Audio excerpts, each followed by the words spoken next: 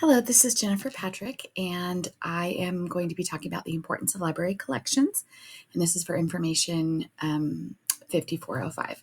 So, I wanted to start with a quote, and this quote says that school libraries should have a process for selecting books, deselecting books, and then also the reconsideration of books. And this is important because librarians are gatekeepers of this information. They move information from one place to another.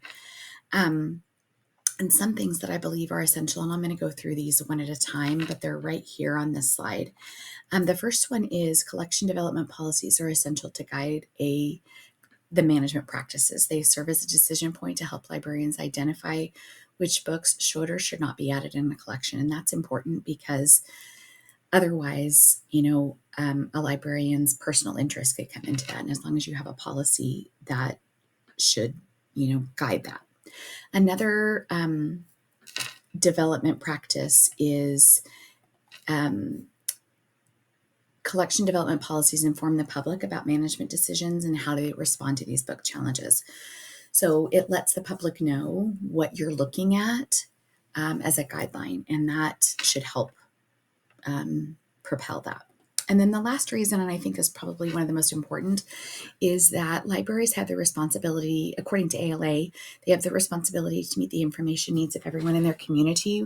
When a patron or a child walks into a library, they should be able to find themselves or their family or their community reflected in their library, and that helps them feel welcome. And I think that that's one of the key pieces.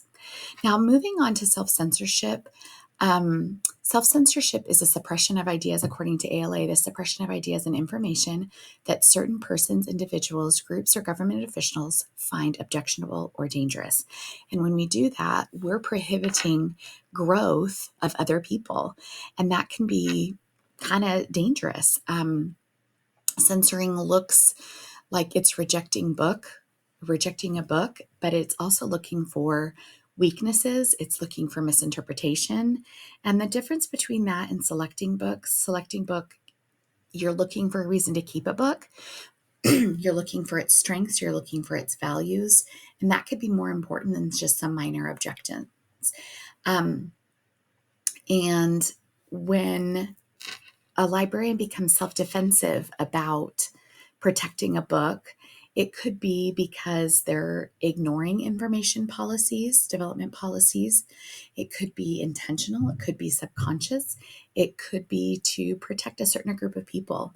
But what I learned is that sometimes it can be self-inflicted. When we choose to impose our beliefs or views on other people, it prohibits their growth. We don't all come from the same background.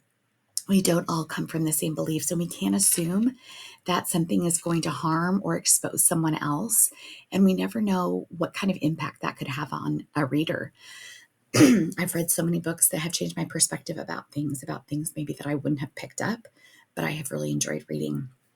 Another article that we read was having to do with children's collection development. Good books or bad books are the ones that they like, the ones that kids like. And I thought it was a great article. Sometimes I've had the same thoughts as the author. And sometimes when I get to the end of the book, I think, well, this doesn't make sense. And I've read a lot.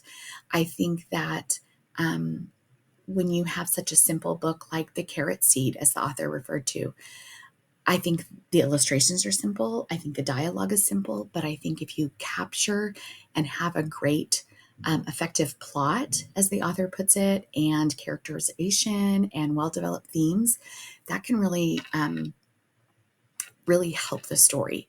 And I find this important because I've started a library position. I started to get a feel for books and what the readers are reading. And as a reader starts, they're going to be drawn to things that they see around them, those media things. But as they develop, they're wanting to explore things with more depth, things with more theme. They're curious about the world around them, and I think that we should support that in any way we can. Thank you.